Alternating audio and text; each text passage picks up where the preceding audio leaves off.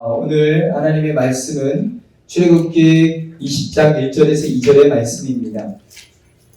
오늘 우리가 신년 감사 예배로 모이면서 동일하게 창립 4주년 감사 예배로 모입니다.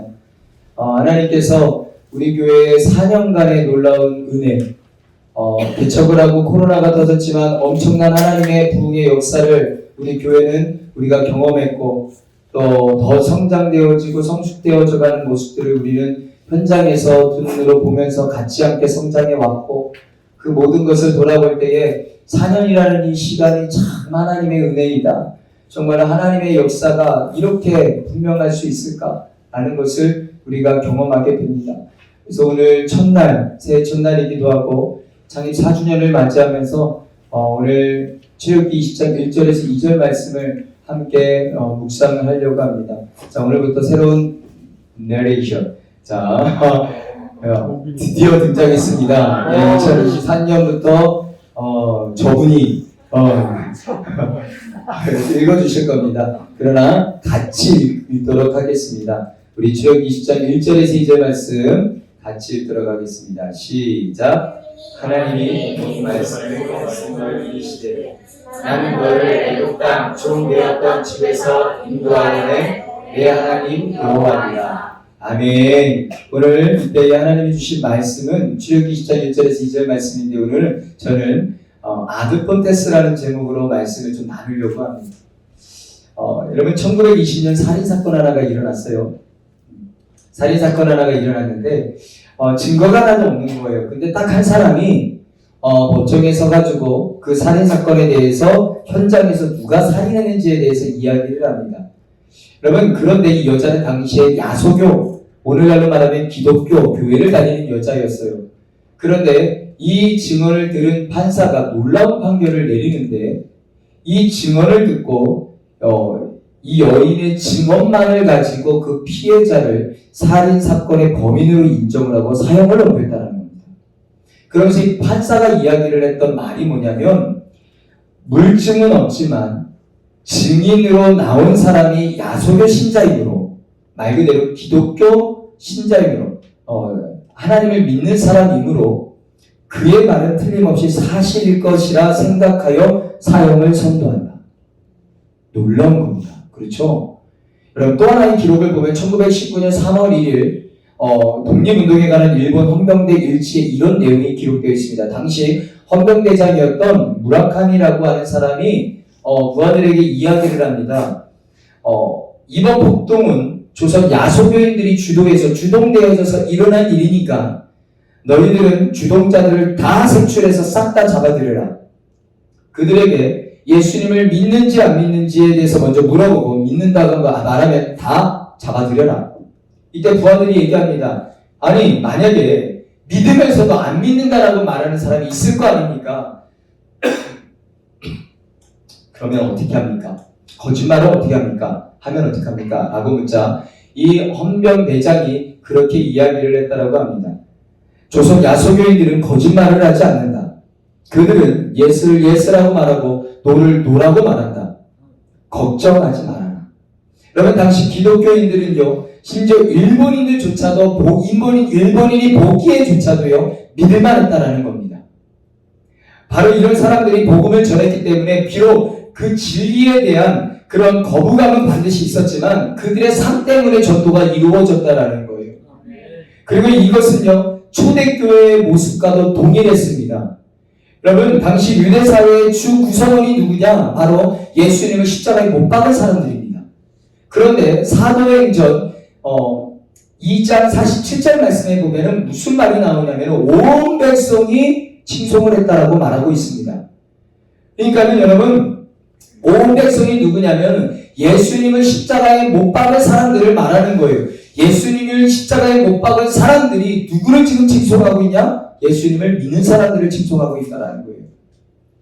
예수님을 싫은데 그들의 삶을 보니까 뭔가가 있는 것을 느껴졌고 결국은 복음이 그들 안으로 들어가게 된 것입니다. 오늘날 보면은 여러분, 교회 다니는 사람이 다를 거라고 세상은 기대하지도 않습니다. 심지어 교회 안에서 교회 다니는 사람들도요, 교회 다니는 사람들에 대한 기대감이 1도 없습니다. 있으십니까? 물론 의견이 있을 수 있어요. 그래서 있을 수 있어요. 요즘은요, 교회 안에서 교회 안의 직분자들에 대한 기대감조차도 없다라고 말할 정도입니다. 그게 오늘날 이 시대예요. 저는 이러한 현실 속에서 교회가, 기독교가 여러분 정말로 가져야 되는 것은 여전히 복음이라고 믿습니다.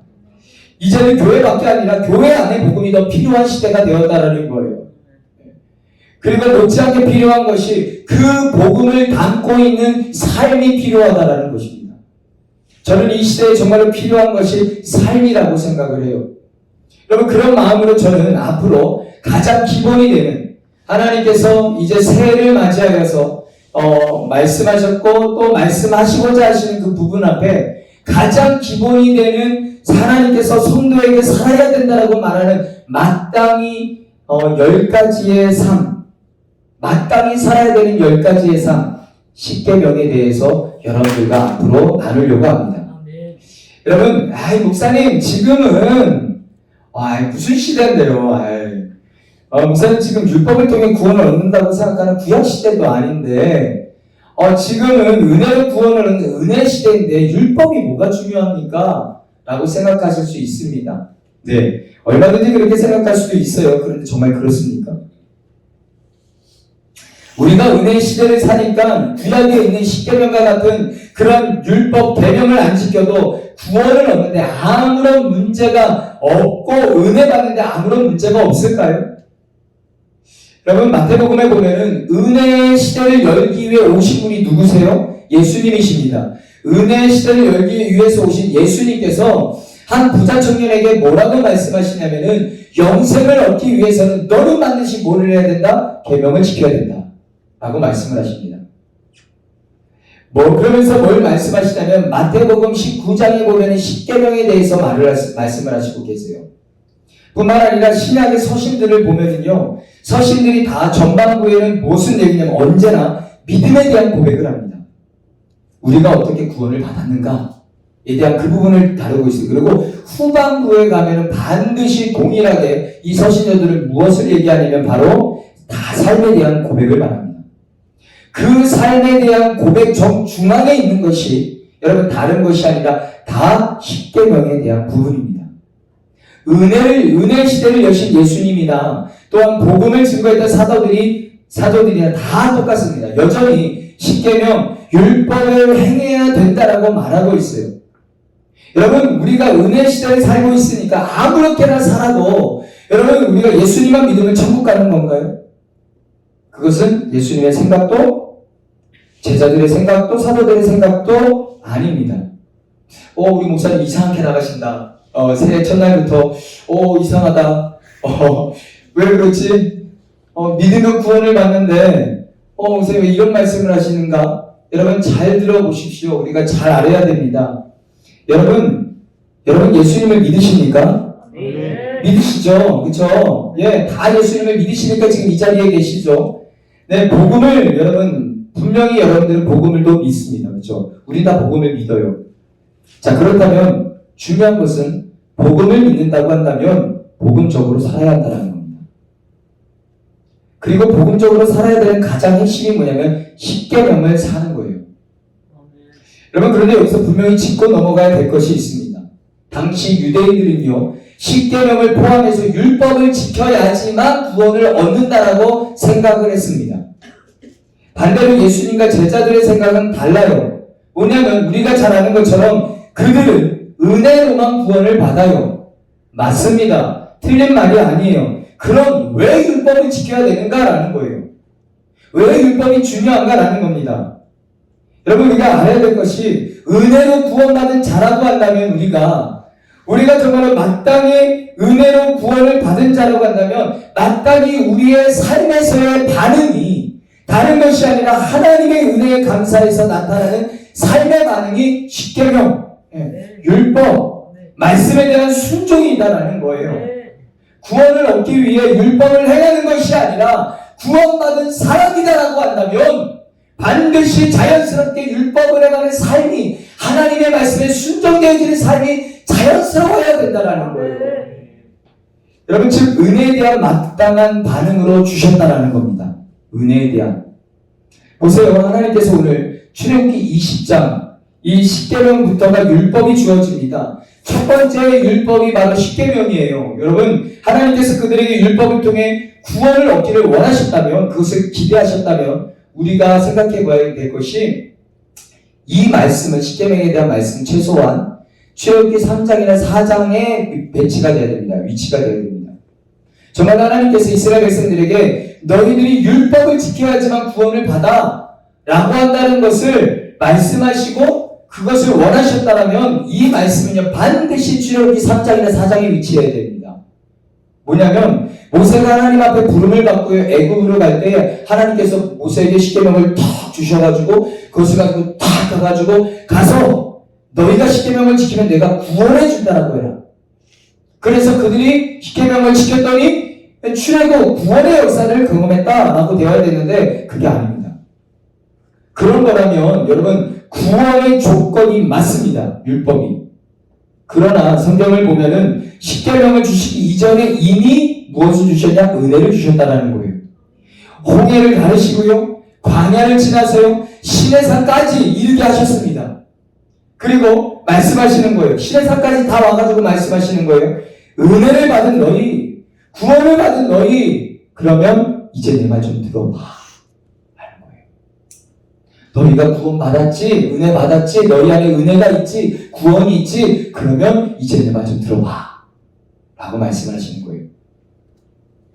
여러분, 오늘 그것이 다른 것이 아닙니다. 즉 은혜에 대한 반응으로 주어진 것이지, 너희들 생각해야 된다, 이것을 행하면 구원을 준다고, 은혜 베풀어 준다고, 절대 아니다.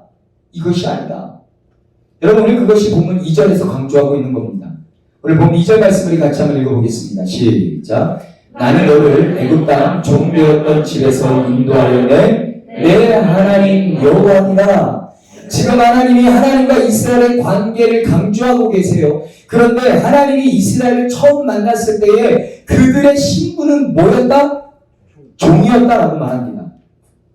여러분, 세계 역사 속에서 어떤 민족도요, 종이었던 민족이 스스로의 힘으로 독립을 얻은 민족은 단 한 민족도 없습니다. 우리나라도요, 여러분, 35년간의 일제강점기 속에서 독립한 것이 아니라 여러분, 독립되어진 겁니다. 역사를 보면은 세계 2차 대전에서 일본이 패망하면서 자연스럽게 독립이 이루어진 거예요.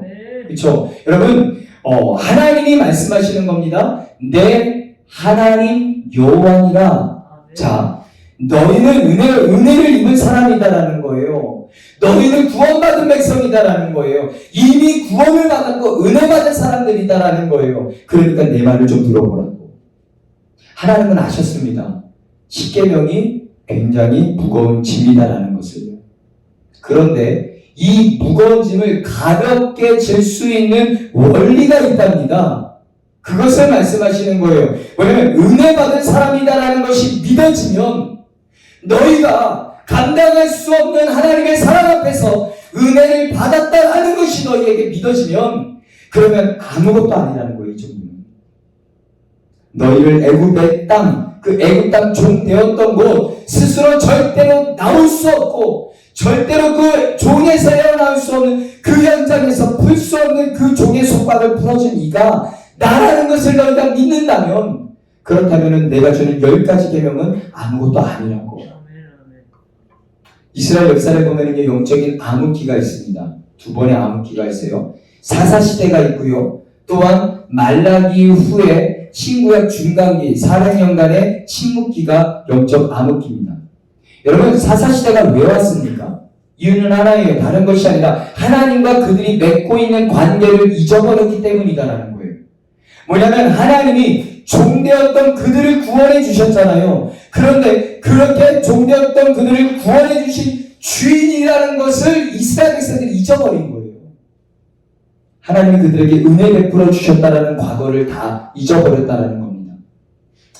여러분, 우리도 삶 속에 똑같은 것 같아요. 요즘 눈이 자주 와요, 그죠? 제가 눈이 올 때마다 가슴이 철렁해요. 제가 군인도 하는데. 제가 군인이었을 때 진짜 눈 올 때 제가 진짜 막 정신을 못 차렸거든요.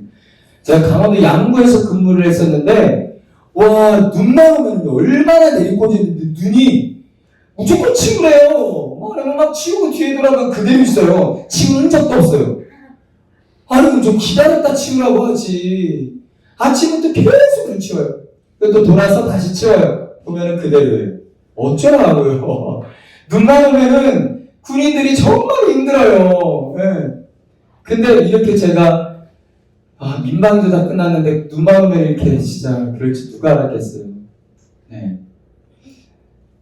눈이 내렸는데 은혜가 사라지면요, 저도 모르게 제 안에서 불평이 생깁니다. 여러분, 눈치 채는 게 그냥 힘들고 피곤하고요, 막 불평이 생겨요. 그런데 하나님의 은혜를 되새기면은요, 넓은 주차장 주신 거 하나님은 얼마나 감사한지 몰라요. 네이버에서 이제 연락이 요즘 굉장히 많이 와요. 연말이라서. 네이버에서 예, 여보세요. 뭐 주차할 데 있나요? 네, 저희는 전용 주차장이 있습니다. 20대 이상을 될 수가 있습니다. 자신 있게 얘기할 수 있어요. 너무 좋잖아요, 요즘. 여러분, 주차할 수 있는 공간이 있다는 것은 사실 요즘은 굉장히 큰 은혜입니다. 그런데 은혜가 사라지면은요, 눈이 오면 시험이 들어요. 그렇게 되더라고요. 그런데 은혜가 있으면요, 감사밖에 없어져요. 여러분, 교회가 넓어지면서 청소할 것이 많아졌죠. 우리 처음 개척했을 때는요, 청소? 그때는 뭐 돌아가는 것도 없었어요. 원체 사람이 없었으니까 그냥 청소 그날 하니까 자연스럽게 누구든 오실 사람 와주세요 해서 청소했어요. 금방 끝납니다. 엄청 작았거든요. 예, 별로 크게 청소할 것이 없어요. 근데 성전이 넓어지니까 뭐 청소할 것이 엄청 많아진 거예요. 막 계단부터 시작해가지고 막 뭐가 많아요. 예. 지금 이제 연말이 되면서 자발적으로 이렇게 청소에 참석을 해달라고 부탁을 드렸습니다. 많은 분들이 와주셨어요. 얼마나 감사해요, 그렇죠? 하나님의 은혜가 얼마나 감사해요. 하나님께서 우리에게 주신 성전이잖아요.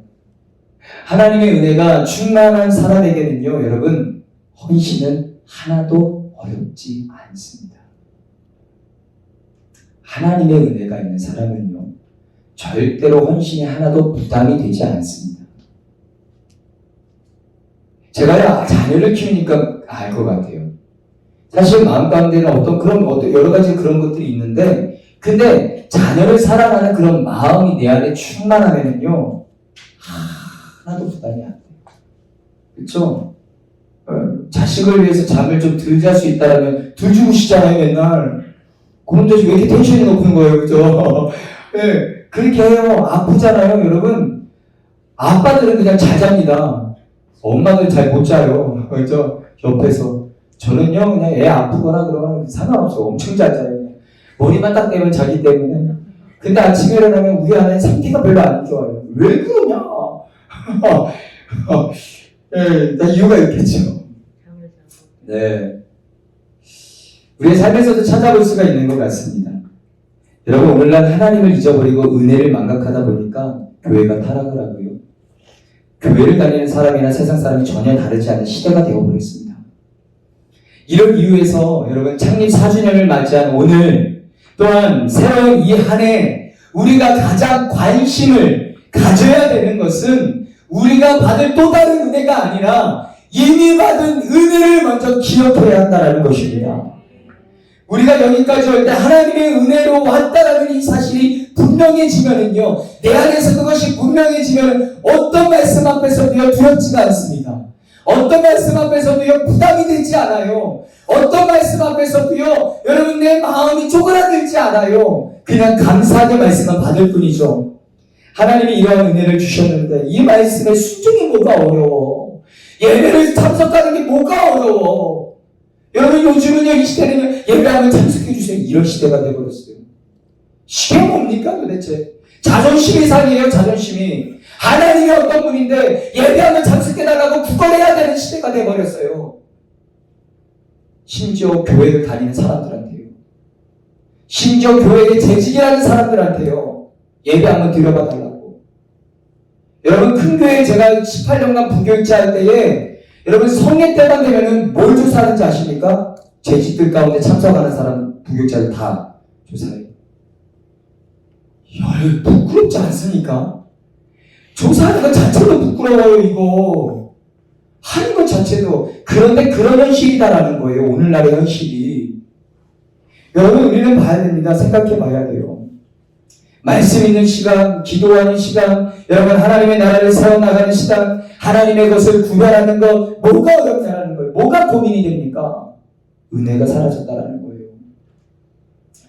여러분, 그렇다면 저는 그래요. 하나님 그냥 은혜만 주시면 얼마나 좋아요. 은혜만 주시지 왜 십계명을 주셨을까요? 그냥 은혜만 주시면 얼마나 좋아.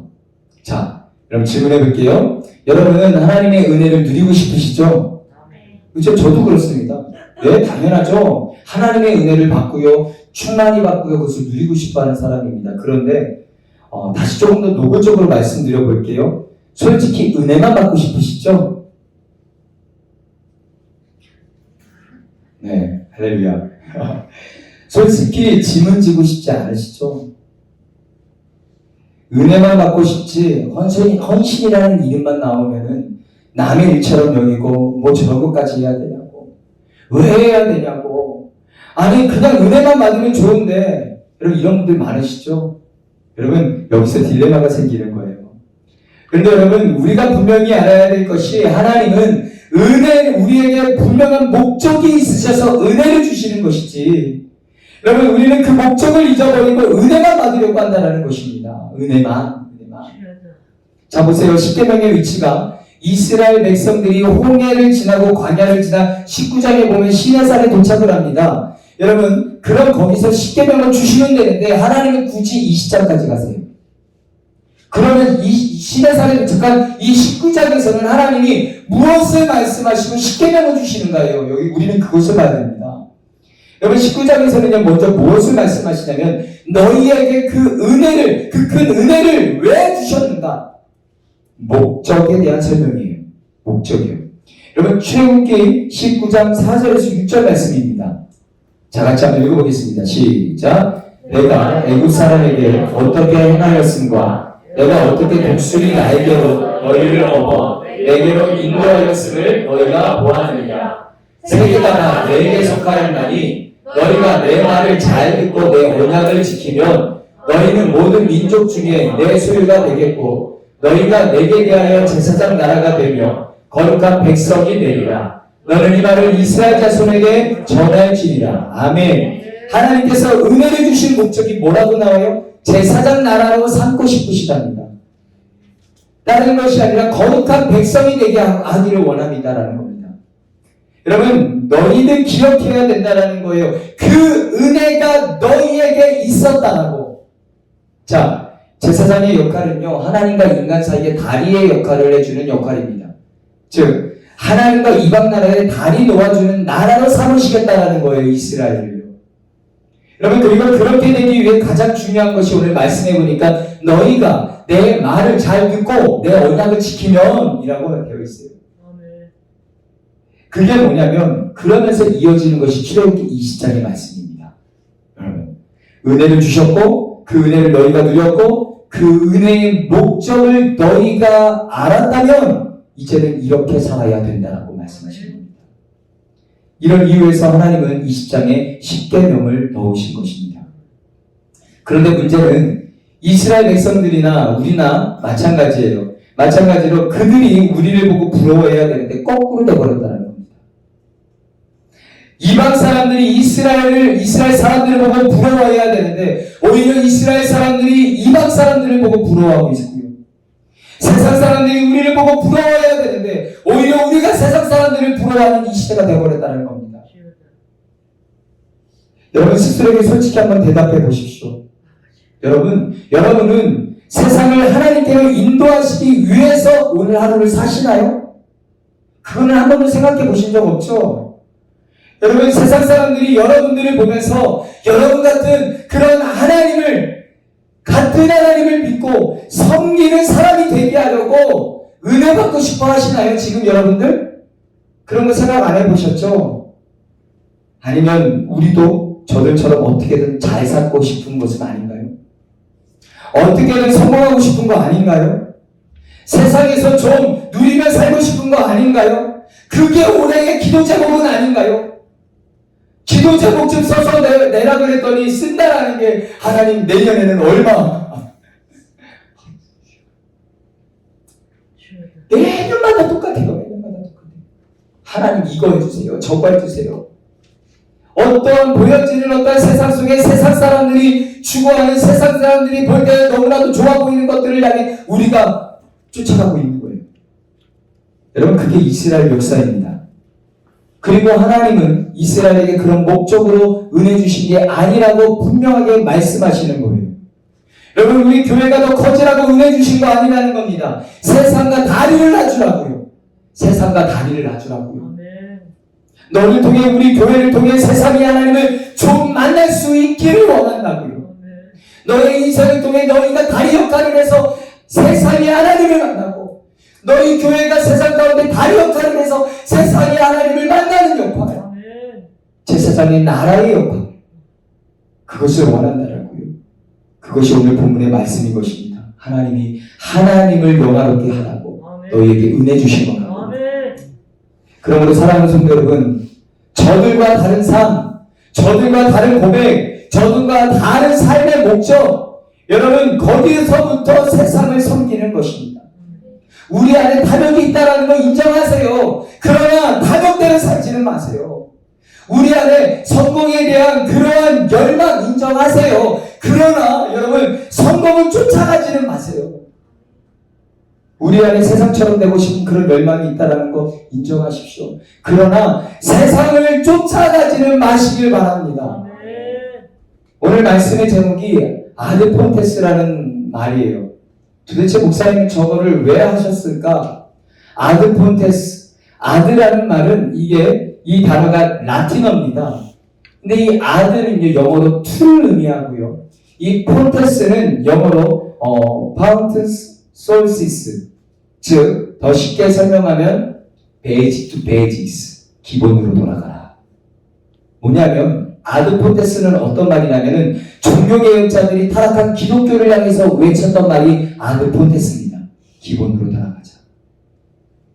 새해를 시작하면서 또한 우리 예수님교회가 4년이라는 그 시간 속에 하나님의 은혜로 4년을 보내왔고 다시 창립 5주년을 향하여 한 해를 또 시작하는 이때에 여러분 우리가 외쳐야 할 것은 하나입니다. 아드폰테스, 기본으로 돌아가자. 이제 말씀을 좀 맺으려고 합니다. 여러분 자유를 중시하는 현 시대 속의 십계명은 가장 어려운 계명일 수가 있습니다. 그게 이스라엘 역사예요. 그리고 하나님은 이스라엘에게 그런 목적으로 은혜 주신 게 아니라고 말씀하시는 것입니다. 여러분 하나님께서는 우리에게 은혜를 베풀어 주신 분이 맞다라고 한다면 기억하십시오. 하나님이 내 인생 가운데, 내 가정 가운데, 내 모든 삶에서 은혜를 베풀어 주신 분이 맞다라고 한다면 우리 교회를 뒤돌아볼 때 절대적인 하나님의 은혜임을 우리가 고백한다라고 한다면 그 은혜는 분명한 목적이 있음을 기억해야 됩니다. 여러분 죄송하지만 성경적으로 부담 없는 신앙생활은 불가능합니다. 그런 분들 많아요. 이게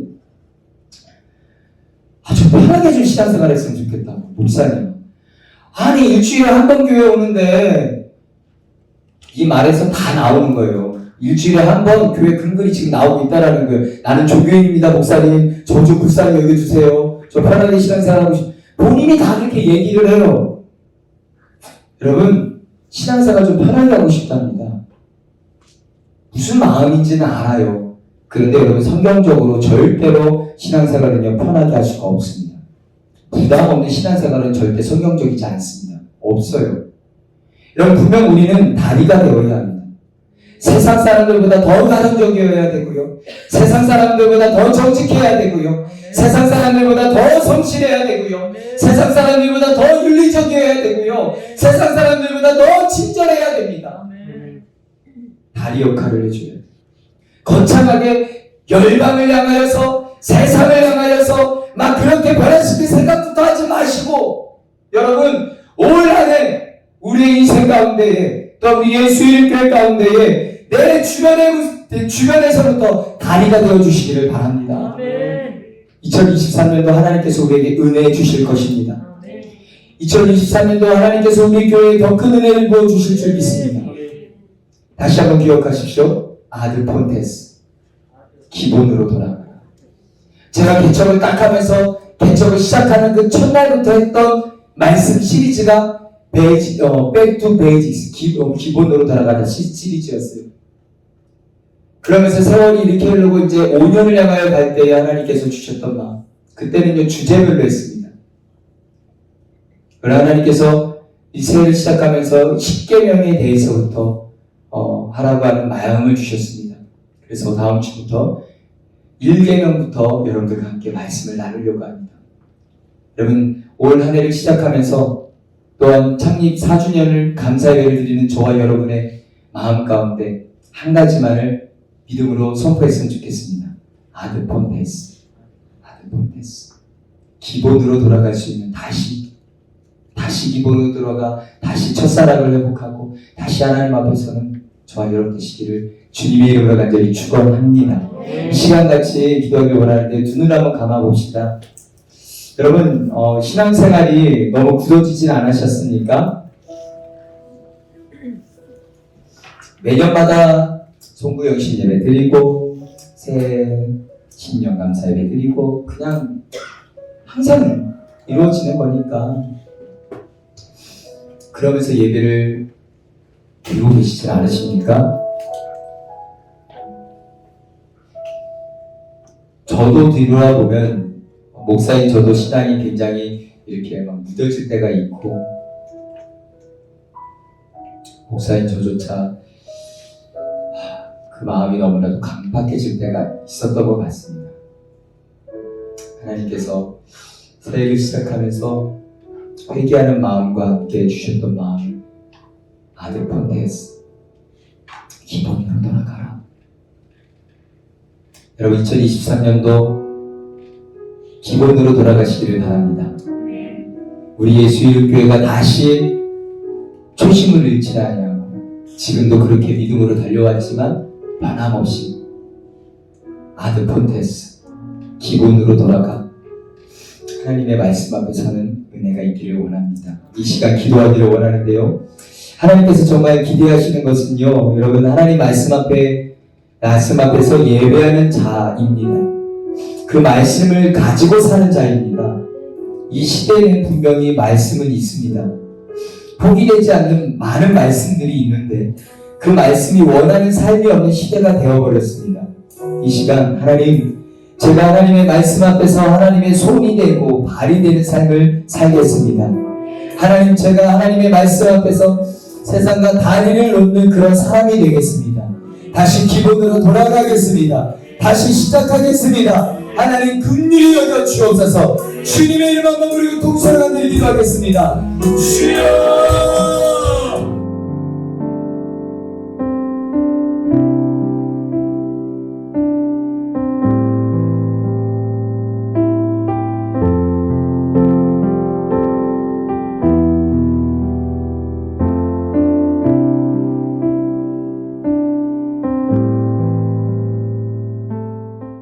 이제는 우리를 죄악 가운데 보내주신 예수 그리스도의 크신 은혜와 하나님 아버지의 무한하신 사랑과 성령의 감동과 내주교통 충만하시니 다시 기본으로 돌아가겠다고, 초심으로 돌아가겠다고, 말씀 앞에 서겠다라고 결단하며 나아가는 사랑하는 주의 백성들 머리 위에, 특별히 필리핀 우리 예수 이름 교회 지성전 까마칠리 교회 위에, 그 성도들 위에, 우리 예수 이름 교회 위에 이제부터 영원토록 함께 하시기를 간절히 축원하옵나이다. 아멘. 하나님 감사합니다. 하나님 감사합니다.